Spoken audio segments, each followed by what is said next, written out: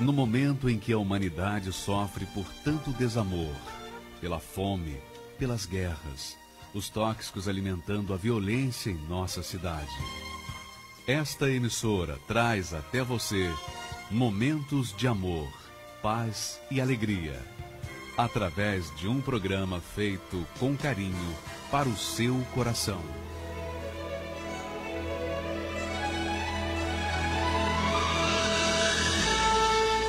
E agora, com você, diretamente do Templo de Salomão, a Palavra Amiga do Bispo Macedo.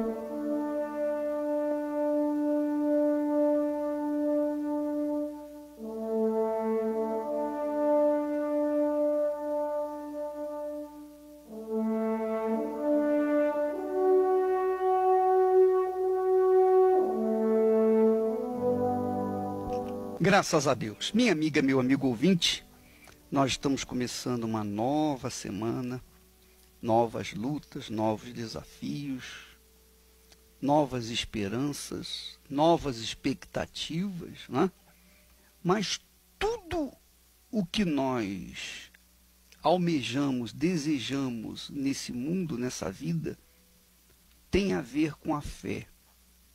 A fé nas promessas de Deus. Quando eu falo de fé, eu não estou me referindo a uma prática religiosa ou uma determinada religião. Não. Eu estou me referindo à confiança, à convicção, à certeza de que aquilo que Deus prometeu, Ele vai cumprir. Com certeza vai cumprir, porque Ele não pode falhar nas suas promessas. Afinal de contas, Deus não é político, nem candidato a alguma coisa. Ele é o Senhor dos senhores, é o Rei dos reis. Ele é o soberano de Abraão, de Isaque e de Israel. Então, Deus cumpre aquilo que Ele prometeu, porque Ele trabalha com a palavra. Ele trabalha com a palavra. Aquilo que Ele fala tem que acontecer. Como diz o texto sagrado, que a palavra de Deus não pode, não volta vazia para Ele. Ora, o que eu quero dizer com isso?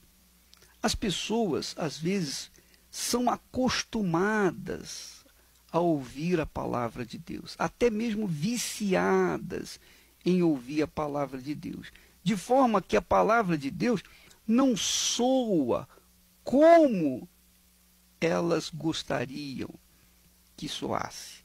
Isto é, elas estão tão acostumadas a ouvir a palavra de Deus, a ler a Sagrada Escritura, que elas não atentam para a profundidade, a grandeza das suas promessas. Ora, minha amiga, meu amigo, é por isso que quando nós tratamos de fé, nós estamos tratando de uma certeza absoluta, uma convicção pessoal que o Espírito Santo transfere para nós. Porque a fé vem do Espírito da fé, que é o Espírito de Deus. Ele que nos dá a fé. E se Ele nos dá a fé, é para que nós venhamos usá-la para tomar posse daquilo que Ele prometeu ou tem prometido na sua palavra. Agora, você há de convir que não é por conta de você ter fé, de eu ter fé, eu creio em Deus, que as coisas, que os milagres, que as promessas de Deus vão acontecer de forma natural, sem que a gente tenha que fazer alguma coisa. Não. Nós temos que nos esforçar, nós temos que sacrificar, nós temos que lutar, nós temos que correr atrás. Eu lembro que, antes mesmo de conhecer o Evangelho, a mamãe falava para a gente, para as crianças, né? A mim e para os nossos irmãos. Ela dizia assim: Deus disse, faça por onde que eu te ajudarei. Realmente Deus não falou exatamente isso. Porém, nós entendemos, nós lemos a Bíblia, quando nós tomamos conhecimento da palavra de Deus, nós entendemos perfeitamente isso, que as coisas de Deus, os milagres, a vida, tudo aquilo que Deus prometeu tem um preço. O preço é a fé. Você tem que manifestar a fé, você tem que esboçar uma fé agressiva, não uma fé, eu creio em Deus. Isso não resolve. Até porque o diabo crê em Deus, nem por isso deixa de ser diabo. Jesus falou que desde os dias de João Batista até agora, quer dizer, naquele momento, se faz violência ao reino dos céus e pela força se apoderam dele. Quer dizer, o reino dos céus é tomado por esforço, por violência. A pessoa tem que se apoderar da salvação eterna. Por exemplo, há uma filosofia que fala sobre a graça. Nós vivemos pela graça, nós vivemos na graça e não precisamos mais de sacrificar e que nós não precisamos disso, nós vivemos na graça. Mas veja lá, quantas são as pessoas que vivem na graça desgraçadas? É ou não é? Quantas pessoas que estão me ouvindo nesse momento, que vivem nessa filosofia, nessa teologia de vive pela graça, estão vivendo uma vida desgraçada. Sabe por quê? Porque o que acontece é que as pessoas ficam esperando que Deus faça aquilo que elas têm que fazer. E isso não funciona. Primeiro você faz a sua parte e depois Deus vai fazer a parte dele. Por exemplo, eu quero respostas de Deus, eu tenho pedidos, eu tenho também os meus sonhos pessoais. Mas eu sei que esses sonhos jamais serão realizados enquanto eu não tomar uma atitude. Mas o que eu vou fazer? Qual a atitude que eu tenho que tomar? Aí é que está. Então eu oro, eu peço a Deus e eu tenho orado. Meu Deus, me mostre o que o Senhor quer que eu faça para que isso que eu quero aconteça. O que o Senhor quer que eu faça? O que eu preciso fazer? Porque eu sei que eu tenho que dar o primeiro passo. Eu sei que está em mim a primeira atitude. Quando eu tomo a primeira atitude, quando eu tomo o primeiro passo, dou o primeiro passo, então eu tenho o direito de cobrar de Deus o cumprimento da parte dele. Por exemplo, ele diz na sua palavra, provai-me nisto. Provai-me nisto, quer dizer, que nisto é esse? Provai-me nos dízimos e nas ofertas, se eu não vos abrir as janelas dos céus e derramar sobre vós bênçãos sem medida. Então, se eu sou fiel a Deus nos meus dízimos, nas primícias da minha renda, nas minhas ofertas, então eu tenho o direito de chegar e provar, testar e dizer, Senhor, tu prometeste isso aqui, abrir as janelas do céu. Foi o Senhor que prometeu ou foram os homens? Isso aqui vem da sua boca ou da boca dos homens? Como é que eu vou saber que isso aqui é verdadeiro? Só tem um jeito. E isso tem que se cumprir. Ora, uma vez que eu faço a minha parte, então eu tenho o direito de cobrar de Deus aquilo que ele prometeu. Se não for assim, não tem negócio, não tem bênção, não tem graça, não tem nada. Aliás, aqueles que dizem, eu vivo pela graça sois salvos, etc, etc, dizem assim porque realmente não tiveram o discernimento espiritual de que a graça só funciona na base de uma parceria. Deus veio a este mundo e deu a sua vida para salvar. E ele já salvou a toda a humanidade. Quer dizer, ele já providenciou a salvação de toda a humanidade. Toda a humanidade. Agora, aquelas pessoas que fazem parte da humanidade que não se entregam, que não creem, que não acreditam, que não se manifestam, que não sacrificam a sua vida pela sua salvação, é óbvio que elas não recebem nada. Mas o trabalho, a obra de Deus já foi feita. Agora cabe a cada um crer. Por isso que nós pregamos o Evangelho, para que as pessoas que ouvem o Evangelho venham, então, ter consciência do que tem que fazer para, então, se completar a salvação. Você sabe que é uma parceria, é um casamento, é uma aliança. Mas não existe casamento, não existe aliança apenas de uma pessoa, tem que haver duas pessoas. Então, Deus fez a parte dele, agora nós temos que fazer a nossa parte. Então, lá em Mateus capítulo 11, versículo 12, Jesus fala que o reino dos céus sofre violência e só pela força se toma posse dele, quer dizer, pela fé agressiva. Você tem que tomar posse através de uma fé agressiva, uma fé sacrificial. Sacrifica, eu tenho que sacrificar para que eu possa estar salvo todos os dias, para que eu possa manter a minha salvação. Eu tenho que andar dentro da palavra de Deus, eu tenho que obedecer a palavra de Deus. Eu não posso julgar, eu não posso condenar, eu não posso deixar de perdoar. Então eu tenho que tomar certas atitudes que são de sacrifício da minha parte. Eu tenho que ser marido de uma só mulher, eu tenho que ser correto, eu tenho que ser honesto, eu tenho que ser verdadeiro, eu não posso mentir. Então, são regras que são exigidas pelo Deus justo. Ele é justo, perfeitamente justo. Porém, para que nós possamos nos aliar com ele, nós temos também que viver o mesmo caráter, viver de acordo com a justiça dele.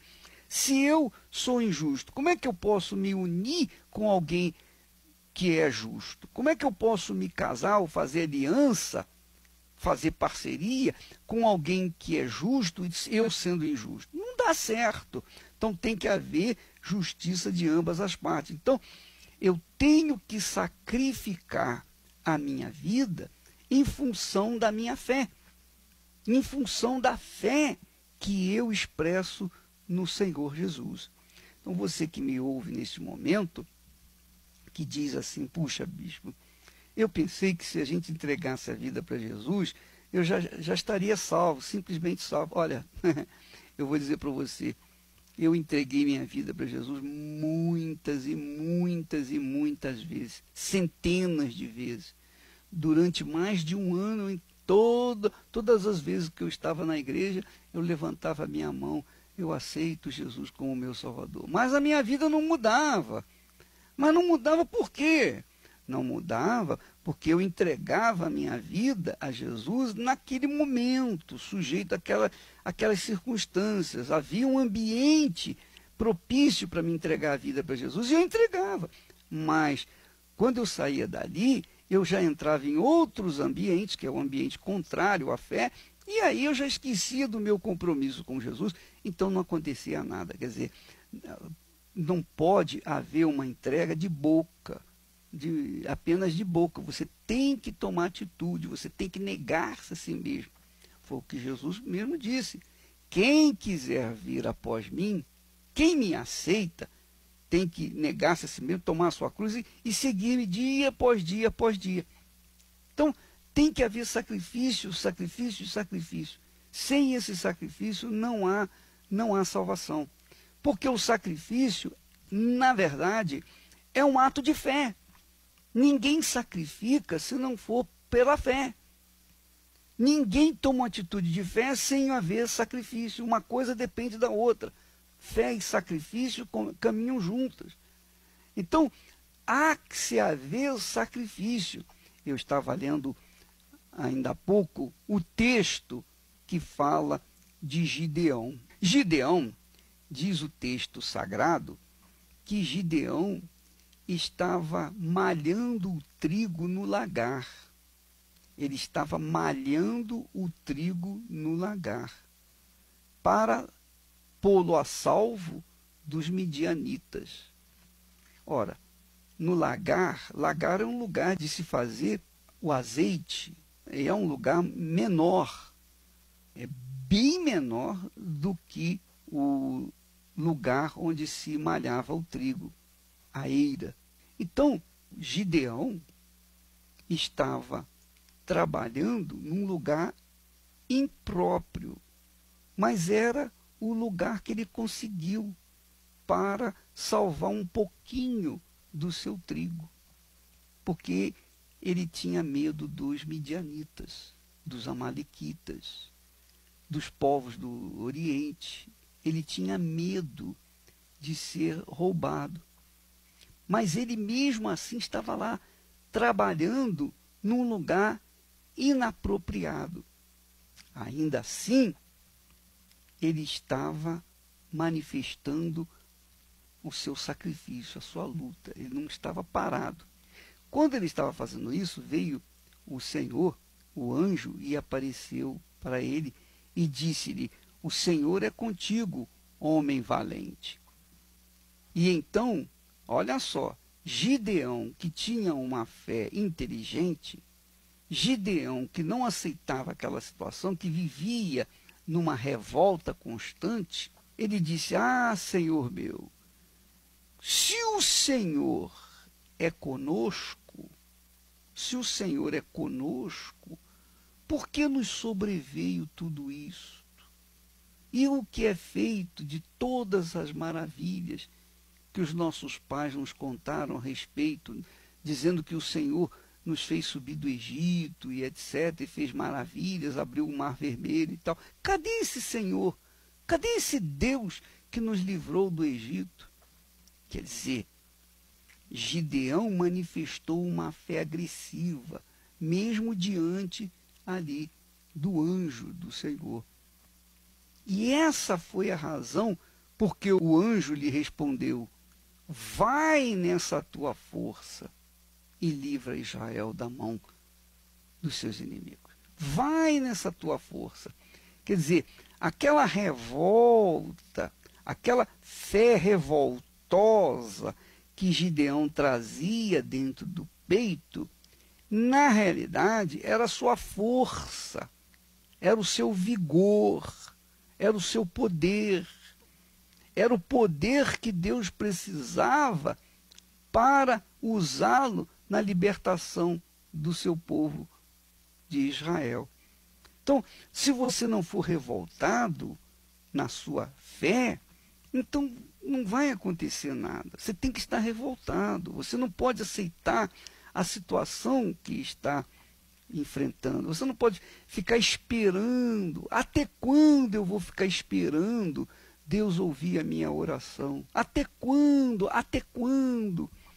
Se você tem necessidade urgente, por exemplo, se você está com fome, não adianta você ficar esperando: ó Deus, venha trazer comida para mim, ó Deus, manda comida para mim. O estômago não vai esperar dias, semanas, meses, nada disso. Então, você tem que tomar uma atitude.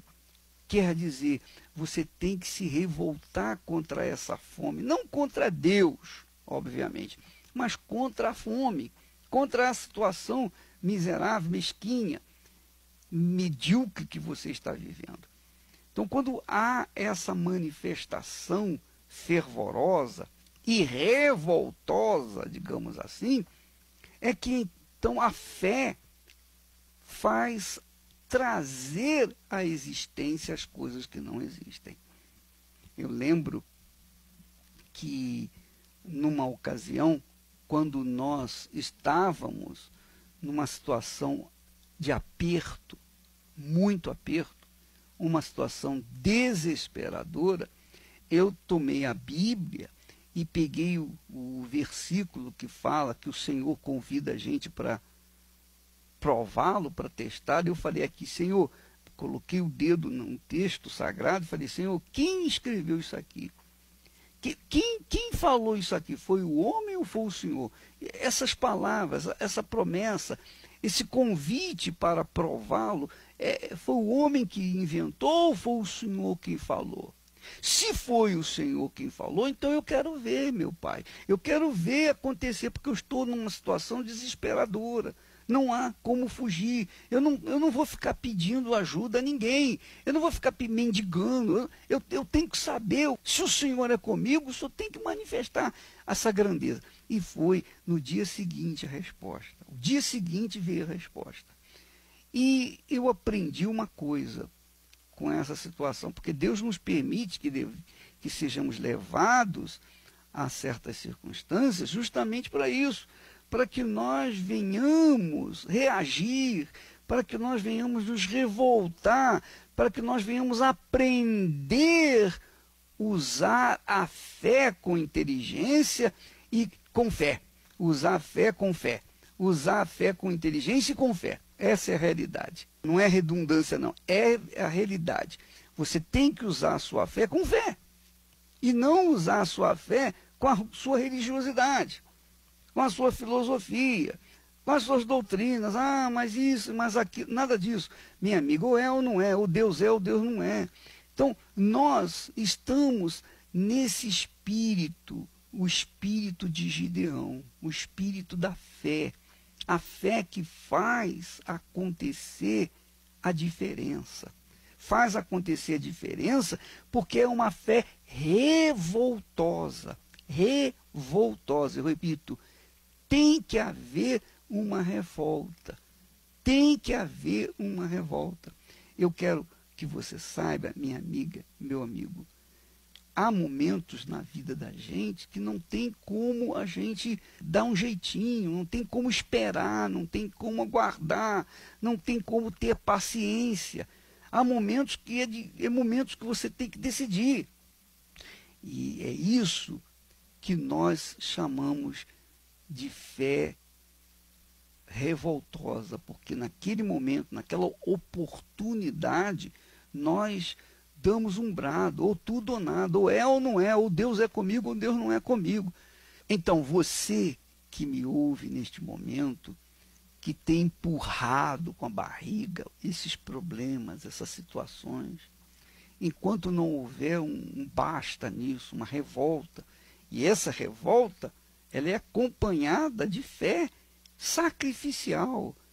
Se não for acompanhada de uma fé sacrificial, de um sacrifício, esquece, esquece. Abraão manifestou a sua fé e por causa da sua fé sacrificial, ele recebeu a garantia da bênção de Deus. Deus jurou abençoá-lo. Não só ele, mas todos os heróis da fé tiveram que sacrificar para tomar posse daquilo que Deus havia prometido. Então, essa é a minha fé. Amanhã nós vamos continuar falando sobre esse assunto para que você possa se situar e enfrentar os seus problemas e vencê-lo por si próprio e não ficar dependendo de ninguém. Deus quer salvá-lo dessa situação e quer que você seja o parceiro dele. Ele quer se alinhar contigo, mas precisa de haver esse sacrifício para que então você possa aprender a viver pela fé. Até quando vai ser desse jeito? Menos amor e mais preconceito. Até quando esse olhar de censura? Até quando essa palavra dura? Até quando essa perseguição afetiva, racial e de religião? Um negro, um crente, um homossexual, a dor do desprezo dói igual. É no fundo do poço, é na dura amargura, no tremendo sufoco que a mão de Deus te segura. Existe um lugar onde a culpa e o medo, que dói em segredo, não podem entrar. Lá não há rejeição, não se atira pedra, e alguém bate a porta do seu coração, onde a paz é real e o bem vence o mal, onde a luz vai brilhar, iluminar e salvar. Rede Aleluia. Essa luz, essa luz, essa luz só pode ser Jesus. Essa luz, essa luz, essa luz só pode ser Jesus. Essa luz, essa luz, essa luz só pode ser Jesus. Essa luz, essa luz, essa luz só pode ser Jesus. Resolvi abrir mão de tentar te entender e no meu coração só orar por você. Se teu fardo é pesado, eu quero te ajudar. Se você tá cansado, deixa eu te falar. O maior pecador é um acusador. O milagre da vida é o perdão, é o amor. Existe um lugar onde o bem vence o mal, onde a luz vai brilhar, iluminar e salvar. Essa luz, essa luz, essa luz só pode ser Jesus. Essa luz, essa luz, essa luz só pode ser Jesus. Essa luz, essa luz, essa luz só pode ser Jesus. Essa luz, essa luz, essa luz só pode ser Jesus.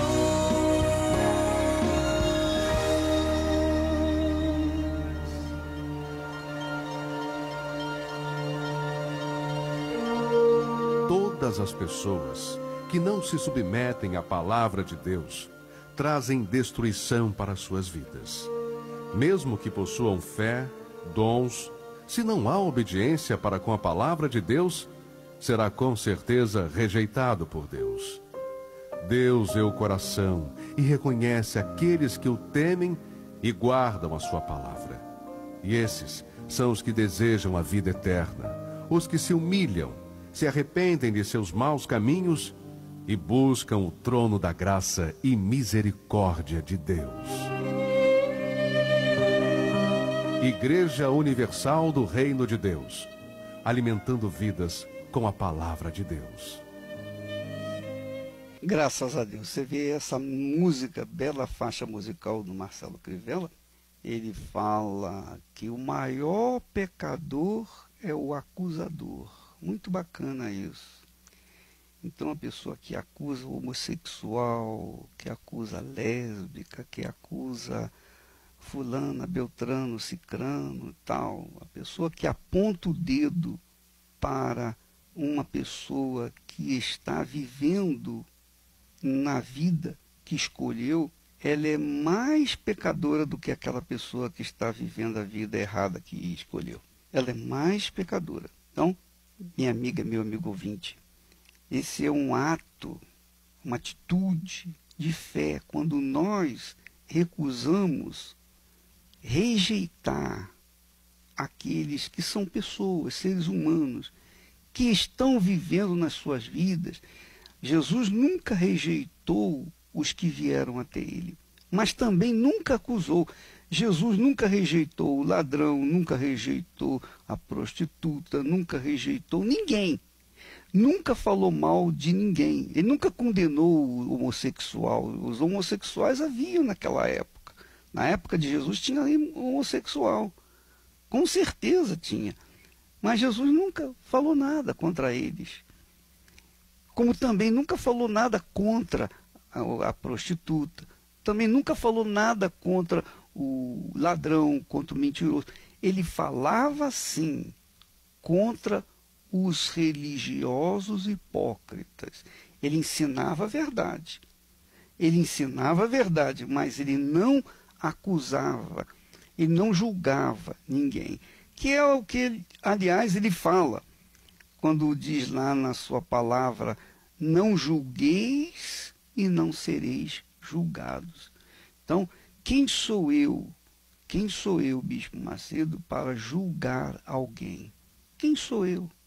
Se eu também sou um homem sujeito a pecados, se eu também sou sujeito a erros, não é verdade? Então, nós não podemos olhar o pecado dos outros, nós temos que cuidar da nossa vida. É claro que nós vamos ensinar a palavra de Deus, nós vamos levar a palavra de Deus, o conhecimento dela às pessoas, mas quem tem que cuidar de cada um é cada um. Então eu não jamais vou levantar a bandeira aqui contra os gays, casamento gay, casamento isso, casamento... Nada disso. Eu não vou fazer isso, até porque eu jamais vou conseguir mudar essa situação. Então, o que eu faço? Eu prego o Evangelho. Eu quero dizer que Deus é o mesmo. tanto para com o bandido quanto para o mocinho. Ele é o mesmo. Ele não tem prazer nem na morte do perverso, quanto mais em condenar as pessoas. Ele não condena ninguém. As pessoas é que escolhem os seus caminhos tortos e acabam se machucando e acabam dando uma vida desgraçada, infeliz. Quer dizer, eu colho hoje o que eu plantei ontem. Então, se eu planto hoje uma semente má, amanhã, se a pessoa me condena, se a pessoa não me condena, eu vou colher frutos maus. É uma questão de inteligência. Se eu planto o que é bom hoje, não importa se as pessoas me achem de ladrão, vigarista, aproveitador, não importa. Amanhã eu vou colher frutos bons. Quer dizer, não importa o que os outros falem, pensem a meu respeito. Eu me preocupo em plantar a boa semente. Porque plantando a semente boa, eu tenho certeza que eu vou colher os bons frutos amanhã. Por isso que Jesus fala, não condeneis e não sereis condenados. Não julgueis e não sereis julgados. Disse mais, perdoai e sereis perdoados. Então é assim que funciona a palavra de Deus. Então você verifica que para que eu possa ser beneficiado do perdão, eu tenho que perdoar. Quer dizer, eu tenho que sacrificar para perdoar. É ou não é? Para que eu seja beneficiado de não ser julgado, eu tenho também que não julgar. Eu tenho que calar minha boca e não julgar ninguém. Para que eu seja beneficiado, eu tenho que beneficiar. Então, minha amiga, meu amigo ouvinte, essa é a fé que o Senhor Jesus nos ensina. A fé que envolve sacrifício. A fé que envolve o seu martírio pessoal. Não o martírio dos outros. Nós temos que olhar para o nosso umbigo, não olhar para os outros nesse aspecto. Eu não tenho que ficar olhando para os outros, eu tenho que olhar para mim, se eu estou de acordo com a palavra de Deus. Essa canção do Marcelo é muito bonita e eu até vou pedir para colocá-la novamente, desde o início, para que você possa pegar o espírito de que não condeneis e não sereis condenados. Não julgueis, não sereis julgados. Perdoai, sereis perdoados. Dai e ser-vos-á dado. Até quando vai ser desse jeito? Menos amor e mais preconceito. Até quando esse olhar te censura? Até quando essa palavra dura? Até quando essa perseguição afetiva, racial e de religião? Um negro, um crente, um homossexual, a dor do desprezo dói igual.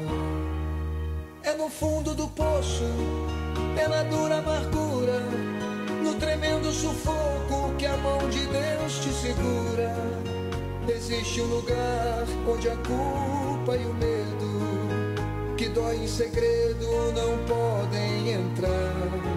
Lá não há rejeição, não se atira pedra, e alguém bate a porta do seu coração, onde a paz é real e o bem vence o mal, onde a luz vai brilhar, iluminar e salvar. Rede Aleluia. Essa luz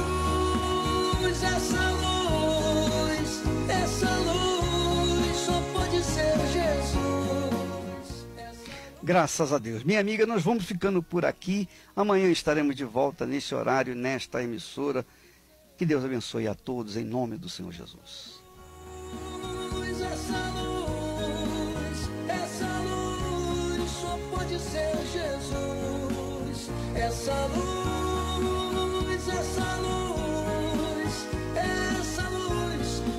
de ser Jesus. Resolvi abrir mão de tentar te entender e no meu coração só orar por você. Se teu fardo é pesado, eu quero te ajudar. Se você tá cansado, deixa eu te falar. O maior pecador é um acusador. O milagre da vida é o perdão, é o amor. Existe um lugar onde o bem vence o mal, onde a luz vai brilhar, iluminar e salvar. É essa luz